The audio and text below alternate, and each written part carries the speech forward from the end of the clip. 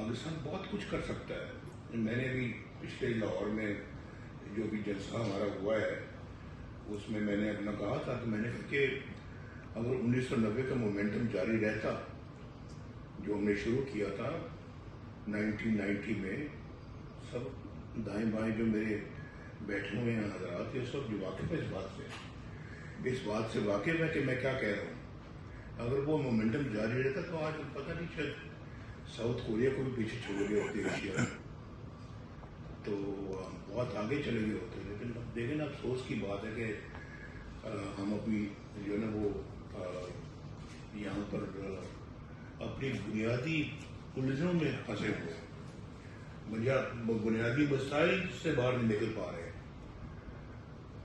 $1 billion کے لیے ہم دوسرے ملکوں کو پاس جا کے بھیک مانگتے ہیں. لوگوں کو یہ سمجھانے کی بات ہے، ضروری ہے کہ سمجھایا جائے کہ کس کے دور میں یہ کام شروع ہوا ہے. یہ پچھلے دور میں کام شروع ہوا. ہم نے تو $104 کے پہ کیپ کر دیا تھا، ڈالر کو باندھ دیا تھا، ڈالر کو ہلنے نہیں دیا ہم نے 104 سے. آپ سب جانتے ہیں، ٹریڈ کرتے ہیں، ایکسپورٹ بھی آپ میں سے کئی کرتے ہیں، ٹریڈنگ کرتے ہیں، بزنس کرتے ہیں، انڈسٹری ہے آپ کی. 5.8% ہمارا GDP گروتھ ریٹ تھا. دنیا کہہ رہی تھی کہ پاکستان IMF کے بعد اور سب دوبارہ IMF نے خود کہا کہ پاکستان جو ہے نا بہت جلدی اپنے پاؤں پہ کھڑا ہو جائے گا اور اس کو اپنے سے ہماری ضرورت نہیں رہے گی. اور ہم نے اس کو خدا حافظ کہا.